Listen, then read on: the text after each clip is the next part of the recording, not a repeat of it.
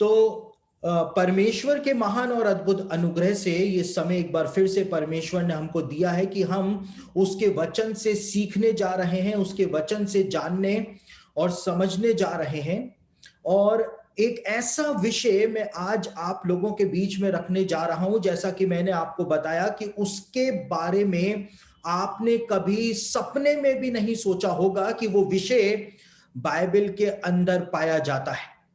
और जब आज आप उस विषय से रूबरू होंगे तो आप बाइबल के एक ऐसे रहस्य से रूबरू हो जाएंगे जो बाइबल का एक नया परिदृश्य आपके सामने खोल करके रख देगा।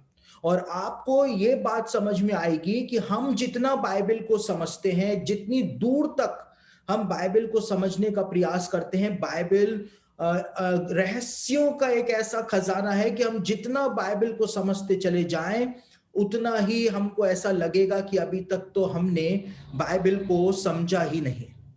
और आज का ये लेसन जो मैं आपके सामने रखने जा रहा हूं, इस लेसन के द्वारा आप इस बात को भी समझेंगे, इस बात को भी आप जानेंगे कि यहूदी कल्चर को समझना हमारे लिए कितना ज्यादा जरूरी है। आज कई सारे लोग ऐसे आ गए हैं जो इस बात का विरोध करने उन्होंने शुरू कर दिया है, इस बात का विरोध वो करते हैं कि मसीही लोगों को यहूदी कल्चर के बारे में बिल्कुल भी जानना जरूरी नहीं है। लेकिन जब आज का लेसन आप समझेंगे तो आपको समझ में आएगा कि बिना यहूदी कल्चर को जाने, बिना यहूदी कल्चर को समझे हम बाइबल के पुराने नियम को, नए नियम को समझ ही नहीं सकते हैं, समझ ही नहीं सकते हैं। हम सिर्फ बेकार की और फालतू की बातें जबरदस्ती की व्याख्या बना करके तो पेश कर सकते हैं, लेकिन हम मूल बात को कभी नहीं समझ सकेंगे यदि हम यहूदी कल्चर को नहीं समझेंगे और बाइबल को उसके अनुसार समझने का प्रयास नहीं करेंगे। तो ये बात जो है वो आज आपके सामने पूरी तरह से क्लियर हो जाएगी, पूरी तरह से साफ हो जाएगी। और ऐसे लोग जो यहूदी कल्चर का विरोध करते हैं उनका झूठ भी आज आपके सामने बेनकाब हो जाएगा, क्योंकि आप इस बात को समझेंगे कि बिना यहूदी कल्चर के हम बाइबल को सही रीति से नहीं समझ सकते हैं। क्योंकि बाइबल जो है वो इंडियन कल्चर के अंदर नहीं लिखी गई है, वो किसी अरेबियन कल्चर में नहीं लिखी गई है, यूरोपियन कल्चर या चाइनीज कल्चर में नहीं लिखी गई है, लेकिन बाइबल जो है वो आज हमारे सामने जो बाइबल है वो यहूदी कल्चर के अंदर ही लिखी गई है। और जूइश कल्चर जो है, जब तक हम उसको नहीं समझेंगे हम बाइबल में लिखी हुई बातों को कभी भी नहीं समझ पाएंगे। तो आज का मेरा विषय यह है कि बाइबल के अंदर 8वें दिन का एक रहस्य दिया गया है जिसके बारे में अधिकांश मसीही लोग जो हैं वो जानते ही नहीं है। और बाइबल के अंदर एक नई सुबह के बारे में बार बार बताया गया है। पुराने नियम के अंदर एक नई सुबह के बारे में बार बार झलक जो है वो बताई गई है, लेकिन हम कभी भी उन सब बातों के ऊपर अपना ध्यान केंद्रित नहीं कर पाते हैं। और एक वचन है जिसको पढ़ करके हम अपने अध्ययन के अंदर आगे बढ़ेंगे, उसको आरंभ करेंगे। वो वचन पाया जाता है भजन संहिता की पुस्तक और उसका 110वां अध्याय के 3 वचन को मैं आपके सामने पढ़ रहा हूं।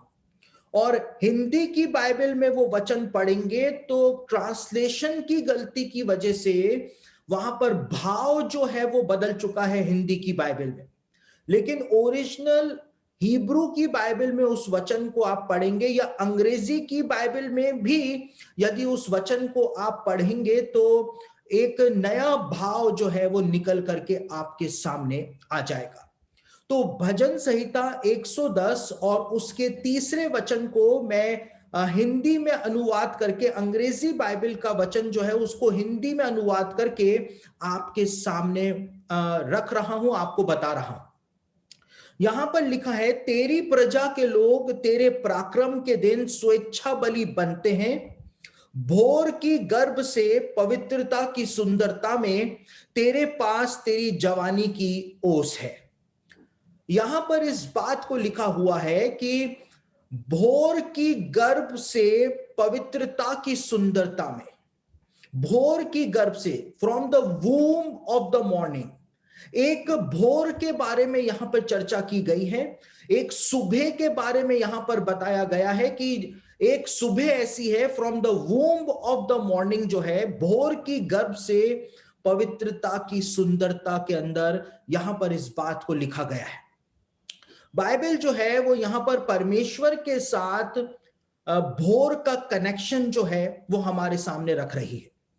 उसके बाद होशे भविष्यवक्ता की पुस्तक, उसका 6 अध्याय 1 और 2 वचन जब हम पढ़ते हैं तो वहां पर भी एक भोर के बारे में ही बताया गया है, लेकिन हमारे हिंदी के ट्रांसलेशन में हुई गलती की वजह से उस वचन का भाव जो है वो भी बदल चुका है। हम उन वचनों को पढ़ लेते हैं और हिब्रू बाइबल में वो वचन किस प्रकार से लिखे हुए हैं उसको हम समझने का प्रयास करते हैं। यहां पर भी एक सुबह के बारे में ही, एक भोर के बारे में ही बताया जा रहा है। तो होशे भविष्यवक्ता की पुस्तक, उसका 6 अध्याय 1 और 2 वचन मैं आपके सामने पढ़ रहा हूं। यहां पर लिखा हुआ है, चलो हम यहोवा की ओर फिरें, क्योंकि उसी ने फाड़ा और वही चंगा भी करेगा, उसी ने मारा और वही हमारे घाव पर पट्टी बांधेगा। 2 दिन के बाद वह हमको जिलाएगा और तीसरे दिन वह हमको उठाकर खड़ा करेगा। तब हम उसके सम्मुख जीवित रहेंगे। तब हम, यहां पर लिखा है तब हम उसके सम्मुख जीवित रहेंगे, लेकिन ओरिजिनल हिब्रू के अंदर यहां पर शाखेर शब्द का इस्तेमाल किया गया है। शाखेर, SHACHER, शाखेर। और शाखेर का मतलब तब हम नहीं होता है, लेकिन शाखेर का मतलब होता है at the time of dawn, यानी कि भोर के समय हम उसके सम्मुख जीवित रहेंगे। यानी कि सुबह के समय एक नया सवेरा जब होगा, from the वूम of the morning, morning की गर्भ से जब हम उत्पन्न होंगे, उस समय हम परमेश्वर के निकट खड़े होंगे, उसके सम्मुख हम जीवित खड़े रहेंगे। और यहां पर होशे भविष्यवक्ता की पुस्तक, उसका 6 अध्याय, उसके 3 वचन में क्लियर कट एक बात जो है वो बताई गई है, और हमारे हिंदी के ट्रांसलेशन में भी वो बात जो है वो वैसी की वैसी ही लिखी हुई है। यहां पर लिखा है 3 वचन में, आओ हम ज्ञान ढूंढें, वरन यहोवा का ज्ञान प्राप्त करने के लिए यत्न भी करें, क्योंकि यहोवा का प्रकट होना भोर का सा निश्चित है। यहोवा का प्रकट होना जो है, जिस प्रकार से रोज सुबह चाहे कुछ भी हो जाए लेकिन सुबह आती ही आती है, उसी प्रकार से यहोवा जो है उसका प्रकट होना भी पूरी तरह से निश्चित है। यीशु मसीह चाहे आने में कितनी ही देर क्यों ना कर दे, लेकिन यीशु मसीह इस संसार के अंदर आएगा ही आएगा। और कब आएगा? From the वूम of the morning, एक नया सवेरा जब होगा, उस समय यहोवा यीशु के रूप में इस संसार के अंदर आ जाएगा। यहां पर एक सुबह के बारे में बताया जा रहा है, लेकिन वो सुबह आखिर क्या है? वो सुबह के बारे में परमेश्वर ने क्यों यहां पर ये हिंट दिया है? वो कौन सी सुबह है जिसके बारे में यहां पर बार बार हमको झलक पुराने नियम के अंदर प्रदान की जा रही है? एक और वचन को हम देख लेते हैं। श्रेष्ठ गीत, उसका 2 अध्याय 16 और 17 वचन को जब हम पढ़ें तो वहां पर भी यही भोर के बारे में एक बात बताई गई है। और श्रेष्ठ गीत, उसका 2 अध्याय 16 और 17 वचन के अंदर लिखा हुआ है एक बहुत महत्वपूर्ण बात को, मेरा प्रेमी मेरा है और मैं उसकी हूं, वह अपनी भेड़ बकरियां सोसन फूलों के बीच में चराता है। जब तक दिन ठंडा ना हो और छाया लंबी होते होते मिट ना जाए, तब तक हे मेरे प्रेमी उस चिकारे या जमा हिरण के समान बन जो बेतेर के पहाड़ों पर फिरता है। यहां पर 17वें वचन के अंदर जो शब्द इस्तेमाल हुआ है, जब तक, जब तक, आप अंग्रेजी की बाइबल में पढ़ेंगे या मूल हिब्रू बाइबल में पढ़ेंगे तो वहां पर जब तक के लिए शब्द इस्तेमाल हुआ है, until the day break, यानी कि जब तक भोर ना हो जाए तू मेरे लिए इस प्रकार से बन, यहां पे लिखा हुआ है। यानी कि श्रेष्ठ गीत में भी बताया हुआ है कि भोर होगी उस समय कुछ नया इस संसार के अंदर होगा। भोर होते के साथ ही until the day break, यानी जैसे ही दिन की शुरुआत होगी, नए सुबह की शुरुआत होगी, कुछ अद्भुत इस संसार के अंदर होगा। इस बात को श्रेष्ठ गीत में भी बताया गया है।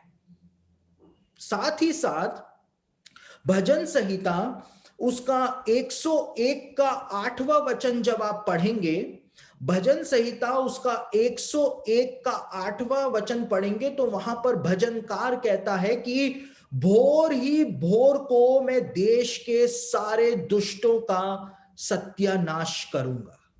भोर ही भोर को, शाम को नहीं, दिन में नहीं, रात को नहीं, लेकिन भोर ही भोर को मैं देश के सारे दुष्टों का सत्यानाश करूंगा। यानी कि जब भोर होगी उस समय दुष्टों का सत्यानाश होगा, दुष्टों का नाश होगा, दुष्टों को दंड दिया जाएगा।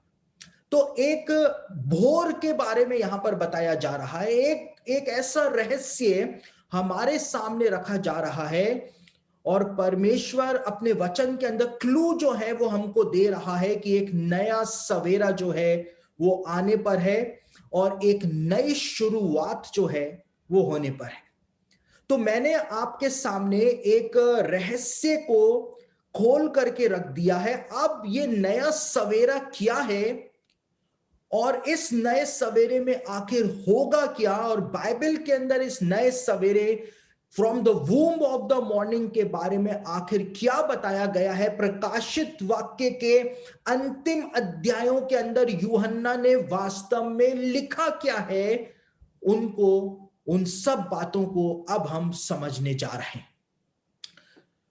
परमेश्वर ने जब अपनी व्यवस्था मूसा को प्रदान करी थी तो उस व्यवस्था में परमेश्वर ने अपने पर्व भी मूसा को प्रदान किए थे, और जो अंतिम पर्व परमेश्वर ने मूसा को प्रदान किया था उसको तंबुओं के पर्व के नाम से जाना जाता है, जिसको हिब्रू भाषा में सुक्कोत भी कहा जाता है।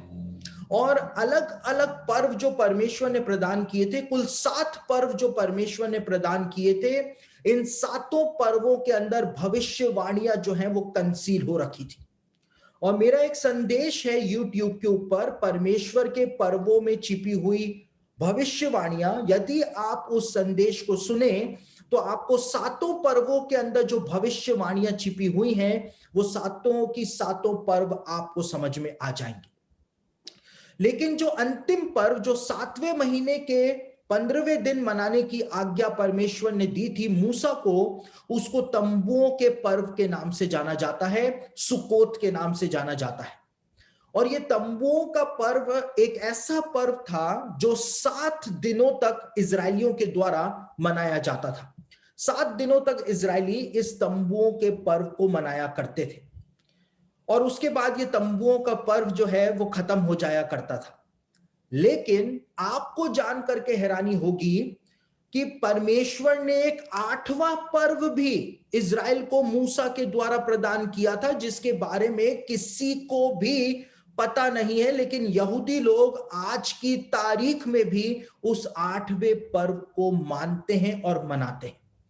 और उस 8वें पर्व को द 8th डे के नाम से जाना जाता है। यानी जैसे ही तंबुओं के पर्व के 7 दिन समाप्त होते हैं और जैसे ही तंबुओं के पर्व का 8वां दिन आता है, उसी दिन इस पर्व का आरंभ जो है वो हो जाता है। और इसके बारे में लेव्य व्यवस्था उसका 23 अध्याय और उसके 33 से लेकर 36वें वचन के अंदर बताया गया है। लेव्य व्यवस्था उसका 23 अध्याय 33 से लेकर 36वें वचन में इस 8वें दिन के बारे में बताया हुआ है। परमेश्वर ने कहा था कि तंबुओं का पर्व जब 7वें दिन समाप्त हो जाए तो तुम 8वें दिन भी रुकना और एक पवित्र सभा करना। और इस 8वें दिन को हिब्रू भाषा के अंदर क्या कहा जाता है? इस 8वें दिन को हिब्रू भाषा में होशाना रब्बा के नाम से जाना जाता है। और होशाना रब्बा का मतलब होता है द ग्रेट सैल्वेशन, यानी कि एक महान उद्धार, यानी एक महान उद्धार का दिन जो है इस रोशाना हब्बा रब्बा यानी कि 8वें दिन को यहूदी इतिहास के अंदर और बाइबल के अंदर बताया गया है। और ये 8वां दिन जो है वो बाइबल के अंदर बहुत ही ज्यादा महत्वपूर्ण बताया गया है। और ये 8वें दिन का जो पर्व हुआ करता था, ये 2 दिनों तक यहूदी लोग इस पर्व को माना करते थे। और यहूदी रब्बियों के लेखों के अंदर ये 8वां दिन जो है वो आज भी एक रहस्य बना हुआ है, क्योंकि यहूदी रब्बियों का ये कहना है कि तंबुओं का पर्व जो था वो तो 7 दिनों के अंदर समाप्त हो जाता था। सारे रिचुअल्स जो हैं वो पूरे हो जाया करते थे, सारे कस्टम्स जो हैं वो 7 दिनों के अंदर पूरे हो जाया करते थे, सारे बलि विधान जो हैं वो 7वें दिन तक पूरे हो जाया करते थे। उसके बाद परमेश्वर ने क्यों 8वें दिन को मानने की आज्ञा भी इस्राएलियों को प्रदान करी थी, ये आज तक यहूदी रब्बियों को समझ में नहीं आया है। और 3500 सालों से यहूदी रब्बी जो है इस 8वें दिन के ऊपर यहूदियों को शिक्षा देते हुए आए हैं कि ये 8वां दिन जो है वो इतना इंपॉर्टेंट है कि परमेश्वर ने भविष्यवाणियों का एक पैटर्न जो है वो अपने पर्व के रूप में प्रदान किया है कि फ्यूचर के अंदर आखिर क्या होने जा रहा है, 8वें दिन आखिर होगा क्या। एक नई सवेरे होगी, 8वें दिन जब एक नई सुबह होगी तो उस दिन वास्तव में होगा क्या, ये परमेश्वर ने अपने वचन के अंदर बताया है, एक झलक दी है। यहूदी रब्बी जो है वो ऐसा बताते हैं। और ये 8वें दिन का पर्व जो यहूदी लोग मनाया करते थे, इसको मिस्ट्री डे वो कहा करते थे। एक रहस्यमय दिन है जिसका कोई मतलब नहीं है, तो भी परमेश्वर ने अपने वचन के अंदर इसको प्रदान किया है। और इस 8वें दिन जल का अर्घ जो है वो परमेश्वर को चढ़ाया जाता था। और जल का अर्घ कैसे चढ़ाया जाता था? याजक लोग एक पात्र को मंदिर में से लेते थे और उसके बाद मंदिर में से निकलकर कुछ याजक जो है वो सिलोआ के कुंड में जाया करते थे और सिलोआ के कुंड में जाकर के वहां से पानी को भर के वापस से वो मंदिर में आया करते थे और परमेश्वर के सामने उस जीवन के जल रूपी जल को वो उंडेला करते थे और माना करते थे कि परमेश्वर के सामने ये जल जो उंडेला जा रहा है ये जीवन के जल का प्रतीक है। ये 8वें दिन किया जाता था। इस 8वें दिन को मुख्य दिन कहा जाता था, द ग्रेट सैल्वेशन डे कहा जाता था, एक महान उद्धार का दिन इसको कहा जाता था।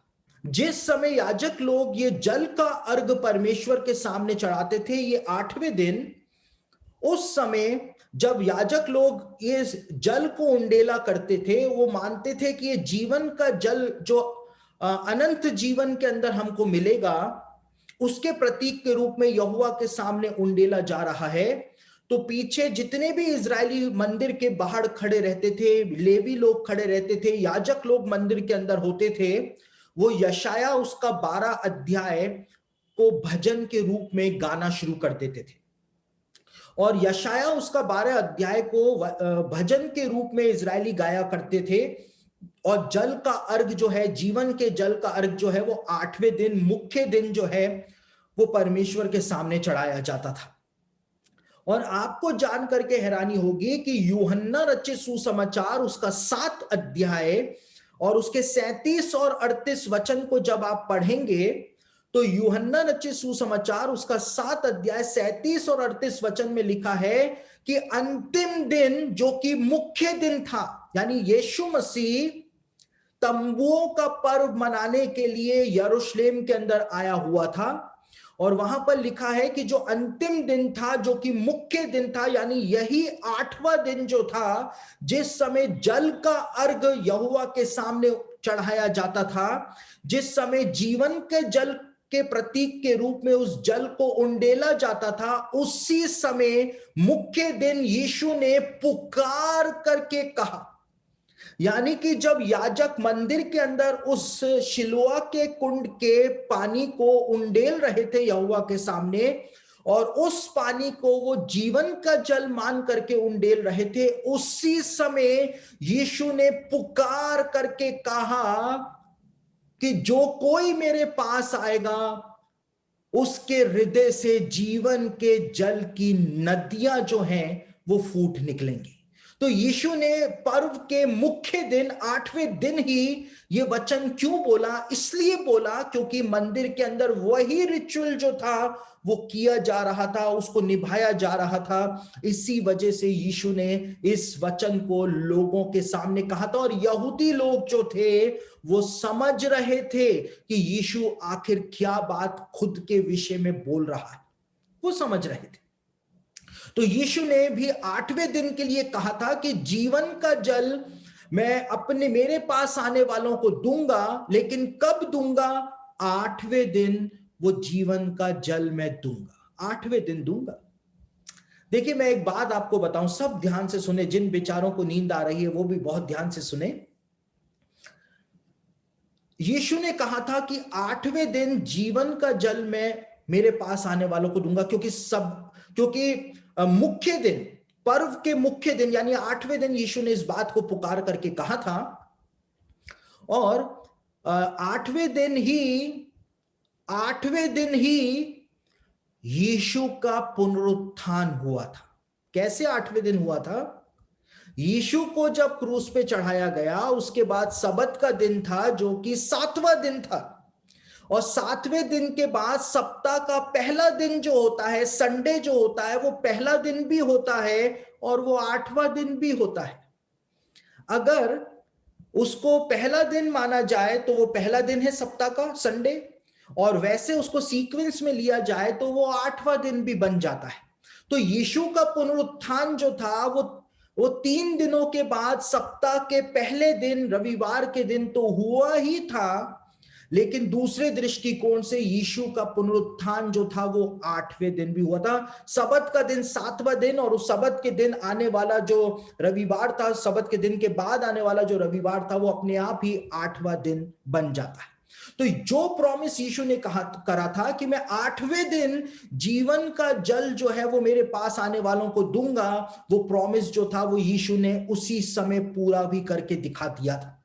लेकिन ये एक भविष्यवाणी थी कि फ्यूचर के अंदर जब एक नई सुबह आएगी, एक नया सवेरा होगा, 8वां दिन जब आएगा, उस समय मैं जीवन का जल मेरे पास आने वालों को हमेशा हमेशा के लिए प्रदान कर दूंगा। और ये 8वां दिन जो हुआ करता था, जिसको होशाना रबा के नाम से जाना जाता था, द ग्रेट सैल्वेशन डे के नाम से इसको जाना जाता था, इस दिन जब मंदिर के अंदर याजक जल का अर्घ परमेश्वर के सामने चढ़ाया करते थे, तो उसी समय जो दूसरे याजक हुआ करते थे और जो प्रीस्टली डांसर हुआ करते थे।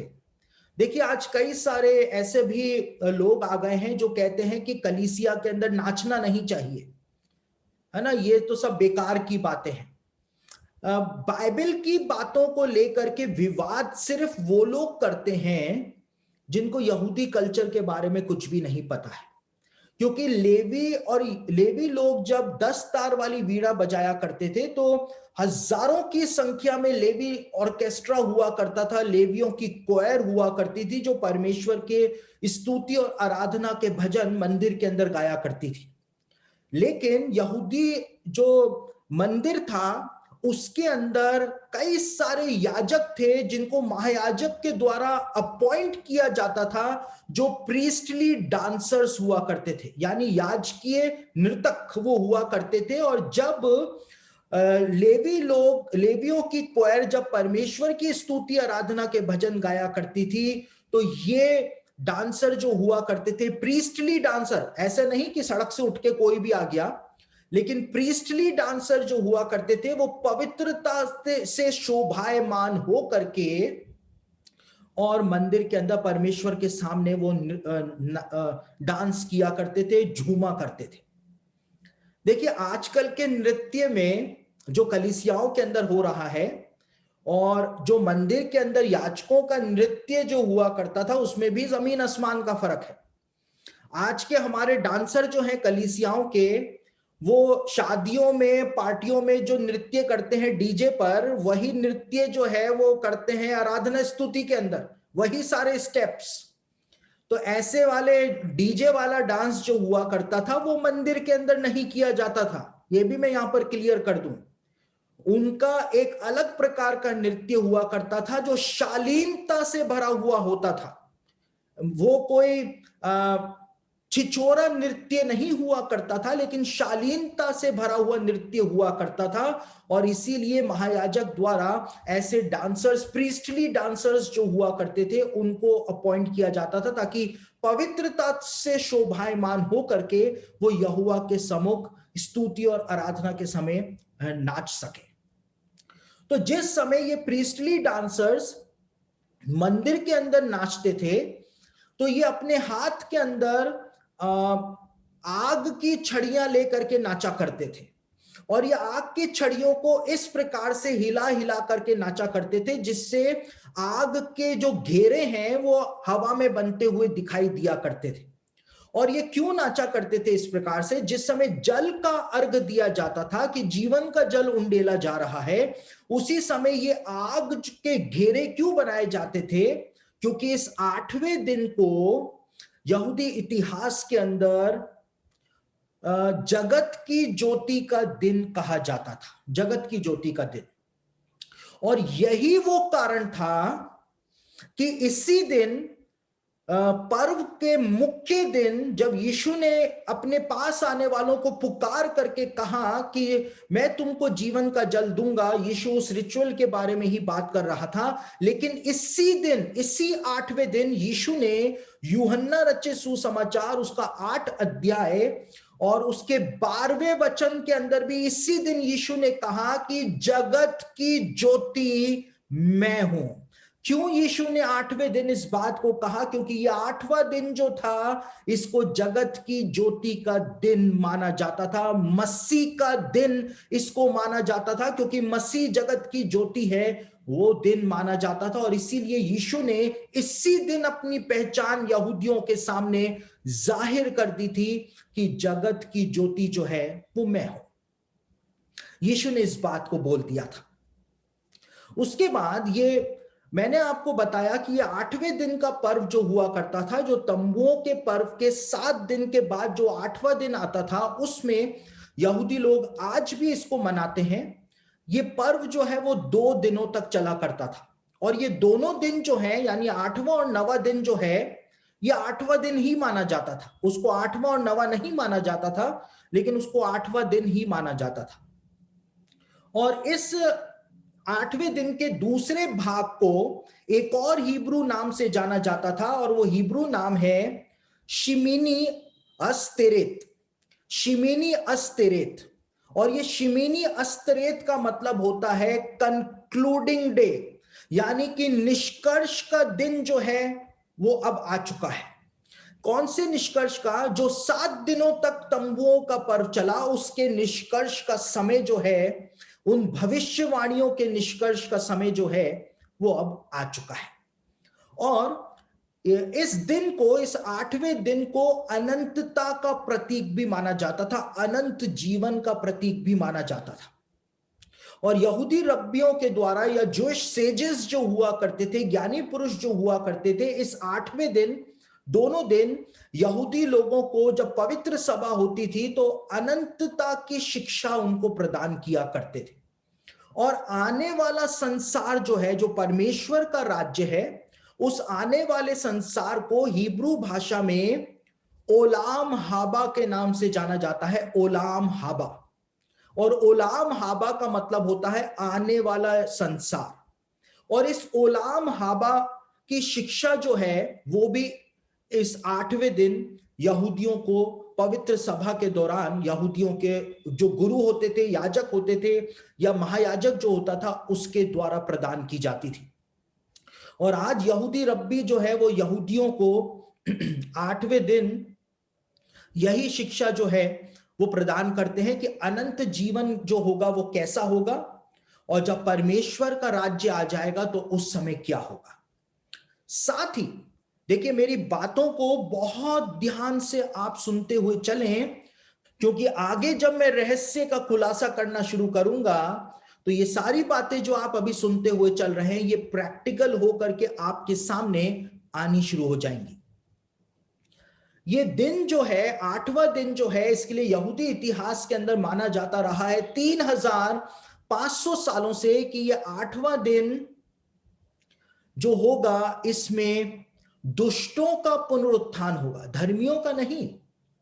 हेलो, धर्मियों का पुनरुत्थान नहीं, लेकिन इस 8वें दिन दुष्टों का पुनरुत्थान होगा और उनका न्याय जो है वो किया जाएगा।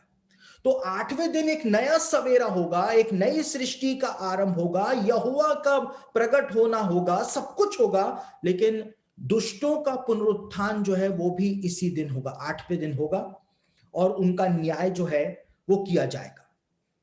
लेकिन इस 8वें दिन में जब पवित्र सभा की जाती थी तो इस पवित्र सभा के दौरान एक वचन जो है उसके ऊपर सबसे ज्यादा महायाजक के द्वारा जोर दिया जाता था, याजकों के द्वारा जोर दिया जाता था। और आज यहूदी रब्बियों के द्वारा जब उपदेश दिया जाता है इस 8वें दिन, तो वो यिर्मयाह भविष्यवक्ता की पुस्तक उसका 17 अध्याय और उसके 13वें वचन के ऊपर ही संदेश दिया जाता रहा है जब से यिर्मयाह ने इस वचन को बोला है।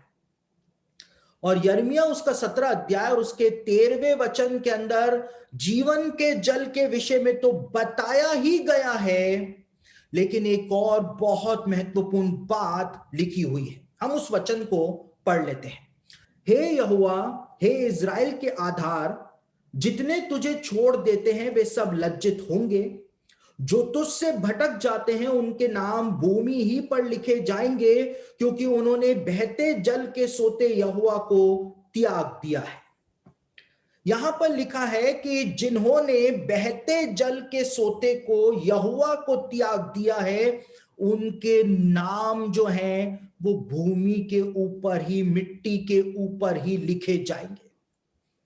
जीवन के जल के सोते को जिन लोगों ने त्याग दिया है उनके नाम भूमि के ऊपर ही लिखे जाएंगे, यानी कि उनको जीवन का जल जो है वो प्राप्त नहीं होगा। 8वें दिन ये शिक्षा जो है वो यहूदियों को दी जाती रही है 3500 सालों से। और आपको जान करके हैरानी होगी कि ये 8वां दिन ही था, ये 8वां दिन ही था जब एक व्यभिचार में पकड़ी हुई स्त्री को लेकर के यीशु के पास आया गया था और उस यीशु से पूछा गया था कि इसके साथ क्या किया जाए। तो यीशु ने कुछ भी कहने की बजाय नीचे बैठ करके भूमि के ऊपर लिखना शुरू कर दिया था, लिखना शुरू कर दिया। यीशु ने कहा था तुम में से जो निष्पाप हो वो पहला पत्थर मारे। और यीशु जब नीचे लिख रहा था, भूमि के ऊपर लिख रहा था, तो यीशु, कई सारे मैसियानिक रब्बी जो है इस बात को कहते हैं कि यीशु जो था वो यिर्मयाह उसका 17 अध्याय उसके 13वें वचन को भूमि के ऊपर लिख रहा था कि जिन्होंने बहते जल के सोते यहोवा को त्याग दिया है उनके नाम जो है वो भूमि के ऊपर ही लिखे जाएंगे। और देखिए, यीशु जो था वो मसीह तो था ही, लेकिन मसीह होने के साथ साथ यीशु एक भविष्यवक्ता भी था। और भविष्यवक्ता जब कोई चिन्ह प्रकट करता था तो यहूदी लोग उसको अंडर एस्टिमेट नहीं करते थे। भविष्यवक्ता अगर कुछ दिखा रहा है तो उसको बहुत गंभीरता के साथ लिया जाता था। और जब यीशु ने इस वचन को जमीन पर लिखा तो यहूदी लोग समझ गए कि आज ही के दिन तो हमने इस संदेश को सुना है और उसके बावजूद हम वही गलती कर रहे हैं। परमेश्वर का दंड हमारे जीवनों पर आ जाएगा, हमको अनंत जीवन नहीं मिलेगा, परमेश्वर जीवन का जल हमको नहीं देगा, हमारे नाम जो है वो सिर्फ भूमि के ऊपर लिख दिए जाएंगे, भूमि पर लिख दिए जाएंगे। आज कितने सारे मसीही लोग जो हैं वो यीशु मसीह को छोड़ करके दूसरी चीजों के ऊपर विश्वास करते हैं। कैसे करते हैं? जब बच्चा जन्म लेता है तो काला टीका लगाते हैं और काला डोरा बांधते हैं। घर में कोई दुष्ट आत्मा ना घुस जाए तो मसीही लोग घर के बाहर लहसुन की कलियां टांगते हैं। घोड़े की नाल लगाते हैं कि कोई दुष्ट आत्मा ना घुस जाए, कोई भूत घर में ना घुस जाए, घर के बाहर आईना लगाते हैं ताकि कोई भूत ना घुसे, भूत अपनी शक्ल देखकर ही आईने में डर जाए। यीशु मसीह को छोड़ करके, बहते जल के सोते को, जीवन के जल के सोते को छोड़ करके व्यर्थ बातों की तरफ कैसे ध्यान लगा रहे हैं।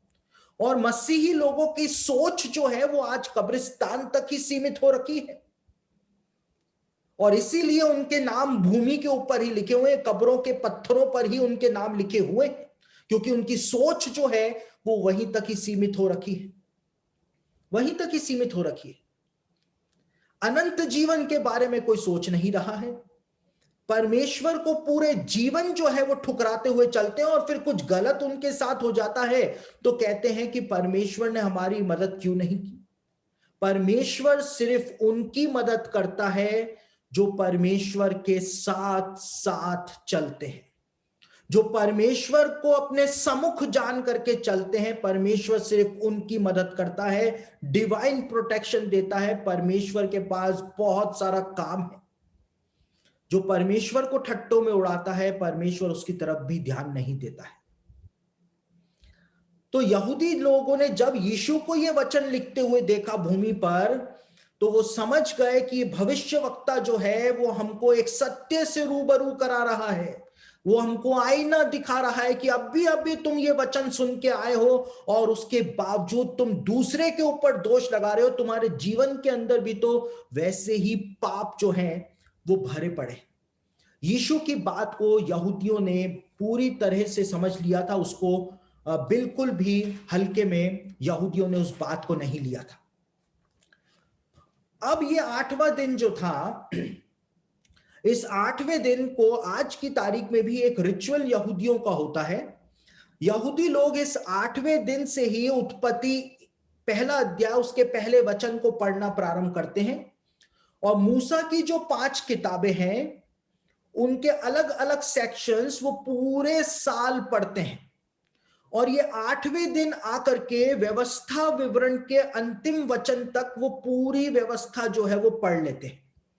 यानी कि तोरा जो है, मूसा की व्यवस्था का रीडिंग जो है वो इस 8वें दिन कंक्लूडिंग डे पर पूरी हो जाती है, और वापस से एक नई शुरुआत वो करते हैं। उत्पत्ति उसका पहला अध्याय, उसके पहले वचन से वो वापस से तोरा को पढ़ना शुरू करते हैं, और पूरे साल वो पढ़ते हैं, और वापस से तंबुओं के पर्व के 7वें दिन 8वें दिन वो इसको कंक्लूड कर देते हैं, व्यवस्था को पूरी तरह से पढ़ लेते हैं। तो सारे कस्टम जो ओलाम हाबा के हैं, यानी आने वाले संसार के जो हैं, वो इस 8वें दिन के कस्टम्स और इस 8वें दिन के रिचुअल्स के अंदर परमेश्वर ने छिपा करके यहूदियों को प्रदान किए थे, और यहूदी उनको मनाते हुए और मानते हुए आए हैं, आज भी उसको मानते हैं। देखिए, मैंने आपको इस बात को बताया था कि परमेश्वर ने 7 दिनों के अंदर सृष्टि की रचना की थी, और उसके बाद बाइबल के अंदर भी इस बात को बताया हुआ है। पतरस इस बात को कहता है कि परमेश्वर के यहां एक दिन 1000 वर्ष के बराबर है, और 1000 वर्ष जो है वो एक दिन के बराबर है। और यहूदी रब्बी भी इस सिद्धांत को मानते हैं कि ये 7 दिनों के अंदर जो सृष्टि की रचना की गई थी, ये वास्तव में 7000 सालों की भविष्यवाणी के रूप में सामने आते हैं, जिसको हमने मिलेनियल डे थ्योरी यानी सहस्त्राब्दी दिवस सिद्धांत के अंदर हमने पहले ही उसको समझा था।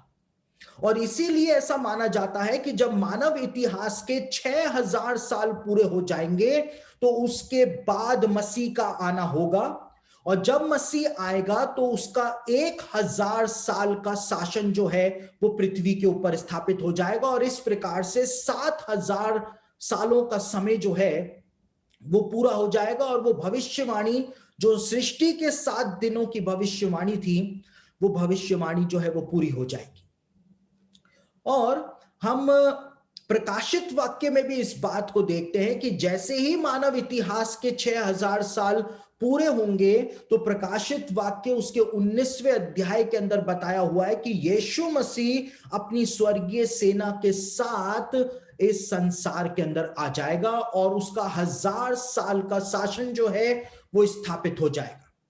और प्रकाशित वाक्य उसके 20वें अध्याय के अंदर मसीह के 1000 साल के शासन के बारे में बताया हुआ है कि जैसे ही वो 1000 साल का यानी 7वां 1000 साल प्रारंभ होगा तो सारे धर्मी लोग जो होंगे, युगों युगों के धर्मी लोग जो होंगे, वो वापस से जिंदा हो जाएंगे। युगों युगों के धर्मी लोग 7वें 1000 साल के अंदर धर्मियों का पुनरुत्थान हो जाएगा, सारे धर्मियों का पुनरुत्थान हो जाएगा। एक वचन को हम पढ़ लेते हैं, प्रकाशित वाक्य उसका 20 अध्याय 4 और 5 वचन को आपके सामने पढ़ रहा हूं। वहां पर इसी पुनरुत्थान के बारे में बताया गया है और इसको पहला पुनरुत्थान कहकर वहां पर संबोधित किया गया है। फिर मैंने सिंहासन देखे और उन पर लोग बैठ गए और उनको न्याय करने का अधिकार दिया गया।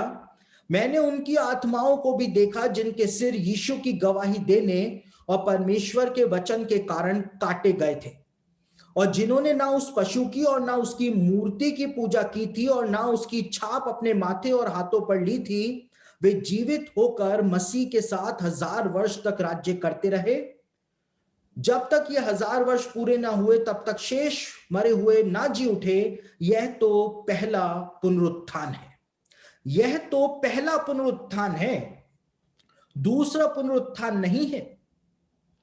जब मसीह का 1000 साल का शासन आएगा, जब 7वां 1000 साल शुरू हो जाएगा, उस समय धर्मियों का, सारे धर्मियों का, पीढ़ी पीढ़ी युगों युगों के जो धर्मी लोग थे उनका पुनरुत्थान हो जाएगा। और ये पहला पुनरुत्थान है और धन्य वो है जो पहले पुनरुत्थान का भागी हुआ है, यहां पे लिखा हुआ है।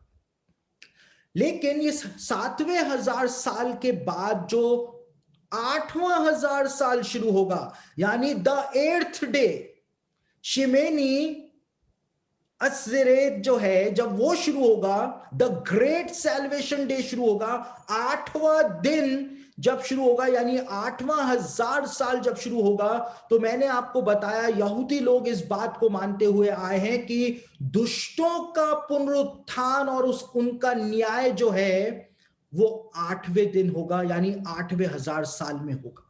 और इसीलिए यूहन्ना ने यहां पर क्या लिखा, यूहन्ना ने यहां पर बताया 5वें वचन के अंदर, जब तक ये 1000 वर्ष पूरे ना हुए, यानी कि 7वां 1000 साल जब तक पूरा ना हुआ, तब तक शेष मरे हुए ना जी उठे, तब तक शेष मरे हुए जो हैं वो नहीं जी उठेंगे। और उसके बाद दुष्टों का पुनरुत्थान जो है वो हो जाएगा। और उसके बाद आगे के वचनों के अंदर बताया हुआ है कि किस प्रकार से दुष्टों का न्याय जो है वो किया जाएगा। जो 8वें दिन की शिक्षा यहूदियों को दी जाती रही है कि 8वें दिन दुष्टों का पुनरुत्थान होगा, 7वें दिन नहीं, 8वें दिन दुष्टों का पुनरुत्थान होगा और उनका न्याय किया जाएगा। वही बात जो है वो यहां पर यूहन्ना ने प्रकाशित वाक्य में लिखी है। यूहन्ना एक यहूदी था, यूहन्ना पर्वों को माना करता था, यूहन्ना पर्वों की शिक्षा से, पर्वों के कल्चर से, पर्वों के कस्टम और रिचुअल से अवगत था, इसलिए उसने भविष्यवाणी में उन्हीं सब बातों को मिला करके लिखा था। साथ ही एक नई सृष्टि की शुरुआत जो है, एक नए सवेरे की शुरुआत जो है वो 8वें दिन हो जाएगी, 7वें दिन नहीं। जब यीशु मसीह का 1000 साल का शासन आ जाएगा, उसमें यीशु मसीह बहुत बिजी रहेगा। यीशु को सब चीजें सुधारनी होंगी, यीशु को सब कुछ चीजें प्रॉपर करनी होंगी। लेकिन 8वां 1000 साल जब शुरू होगा, द ग्रेट सैल्वेशन डे जब शुरू होगा, तो यहूदी लोगों में माना जाता रहा है कि वो एक नई सृष्टि का प्रारंभ होगा, नई सृष्टि का। और इसीलिए जैसे ही दुष्टों का न्याय हो जाता है प्रकाशित वाक्य के 20वें अध्याय के अंदर आकर के, तो प्रकाशित वाक्य के 21वें अध्याय के आरंभ में ही यूहन्ना ने लिखा है कि फिर मैंने एक नए आकाश और नई पृथ्वी को देखा। पुरानी बातें जो हैं वो तो जाती रही, लेकिन अब सब कुछ नया हो गया। और इसीलिए परमेश्वर कहता है कि देख, मैं सब कुछ नया कर देता हूं, सब कुछ, क्योंकि नई सृष्टि, एक नया सवेरा जो है वो उत्पन्न हो रहा है 8वें दिन, 7वें दिन नहीं, 6ठे दिन नहीं, लेकिन 8वें दिन। जब 8वां 1000 साल आ जाएगा, सब कुछ मैं नया कर देता हूं। और जिस प्रकार से मूसा की व्यवस्था यानी तोरा की रीडिंग जो है वो इस 8वें दिन पे जाकर के पूरी हो जाती थी और वापस से तोरा की रीडिंग उत्पत्ति 1:1 से प्रारंभ होती थी, उसी प्रकार से हम देखते हैं कि जैसे उत्पत्ति 1:1 में लिखा है कि आदि में परमेश्वर ने आकाश और पृथ्वी की सृष्टि की, उसी प्रकार से प्रकाशित वाक्य के 21वें अध्याय के अंदर लिखा है कि मैंने एक नए आकाश और एक नई पृथ्वी को देखा और समुद्र भी ना रहा। यानी कि एक नई शुरुआत, एक नई सृष्टि का आरंभ, एक नए सवेरे का आरंभ। और इसी कारण देखिए सृष्टि की रचना, नई सृष्टि की रचना जो है वो हमको 8वें दिन होती हुई दिखाई दे रही है, 8वें हजार साल में। लेकिन उत्पत्ति 1:1 को यदि आप पढ़ें, 1:2 को यदि आप पढ़ें, तो परमेश्वर ने सृष्टि की रचना करनी आरंभ करी थी पहले दिन से। हेलो, बहुत ध्यान से सुने। सृष्टि की रचना करनी परमेश्वर ने सप्ताह के पहले दिन से आरंभ करी थी, यानी रविवार के दिन से परमेश्वर ने सृष्टि की रचना करनी आरंभ करी थी और सैटरडे के दिन यानी 7वें दिन जाकर के परमेश्वर ने विश्राम किया था। परमेश्वर ने संडे से यानी सप्ताह के पहले दिन से सृष्टि की रचना करनी आरंभ करी, तो वो सृष्टि का पहला दिन भी था और वो सृष्टि का 8वां दिन भी था, क्योंकि पहला दिन जो होता है वही 8वां दिन भी होता है। रविवार का दिन जो है वो सप्ताह का पहला दिन भी माना जाता है और वो सप्ताह का 8वां दिन भी माना जाता है। यानी सृष्टि की रचना सप्ताह के पहले दिन तो हुई ही, लेकिन सृष्टि की रचना सप्ताह के 8वें दिन भी हुई थी। और इसीलिए प्रकाशित वाक्य के 21वें अध्याय के अंदर हमको सृष्टि की वापस से नई रचना जो है वो 8वें दिन ही होती हुई दिखाई दे रही है, 8वें हजार साल में ही वो होती हुई दिखाई दे रही है, इसीलिए दिखाई दे रही है। और यही वो कारण था कि परमेश्वर ने आज्ञा प्रदान करी थी कि जब तुम खतना करो तो खतना जो है वो 8वें दिन किया जाए। बच्चे का खतना 8वें दिन किया जाना जरूरी था, क्योंकि खतना जो होता था उसमें चमड़ी जो होती थी, खाल जो होती थी, स्किन जो होती थी, उसको काट के अलग फेंक दिया जाता था, अलग कर लिया जाता था। यानी कि पुरानी जितनी भी चीजें होती थी उनको अलग कर लिया जाता था, शारीरिक चीजों को अलग कर लिया जाता था, और अब ये व्यक्ति, ये बच्चा जो होता था वो परमेश्वर का हो जाया करता था, नया हो जाया करता था। और इसीलिए इस 8वें दिन परमेश्वर कहता है कि देख मैं सब कुछ नया कर देता हूं, सारी सांसारिक और शारीरिक चीजों को हटा देता हूं, सब कुछ मैं नया कर देता हूं। I will make all things new, सब कुछ मैं नया कर देता हूं, परमेश्वर इसीलिए कहता है। और यह 8वां दिन ही था, मैंने आपको बताया यीशु मसीह का पुनरुत्थान जो है वो परमेश्वर ने प्री प्लान करके रखा था कि 3 दिनों के बाद जब यीशु वापस से जीवित हो जाएगा तो वो संडे के दिन जीवित होगा, सप्ताह के पहले दिन जीवित होगा, लेकिन वो सप्ताह के 8वें दिन भी जीवित होगा, जो कि धर्मियों का और एक बिल्कुल नए सवेरे के बारे में परमेश्वर ने वो भविष्यवाणी प्रदान कर दी थी कि 8वें दिन जो है वो सब कुछ नया हो जाएगा। जैसे यीशु नया बन के आ गया था, ऐसे सब कुछ नया जो है वो हो जाएगा। और मैंने आपको ये बात बताई थी कि इसी 8वें दिन मंदिर के अंदर जल का अर्घ चढ़ाया जाता था परमेश्वर के सामने, और उस जल के अर्घ को माना जाता था कि जीवन का जल जो है वो परमेश्वर के सामने उंडेला जा रहा है। और हमने इस बात को देखा कि यीशु ने ये प्रॉमिस किया था सप्ताह के या पर्व के अंतिम दिन, जो कि मुख्य दिन था, 8वां दिन जो था, उसमें यीशु ने पुकार करके कहा था कि जो कोई मेरे पास आएगा मैं उसको जीवन का जल दूंगा और वो उसके अंदर एक सोता बन जाएगा, उसके हृदय से जीवन के जल की नदियां जो हैं वो बह निकलेगी।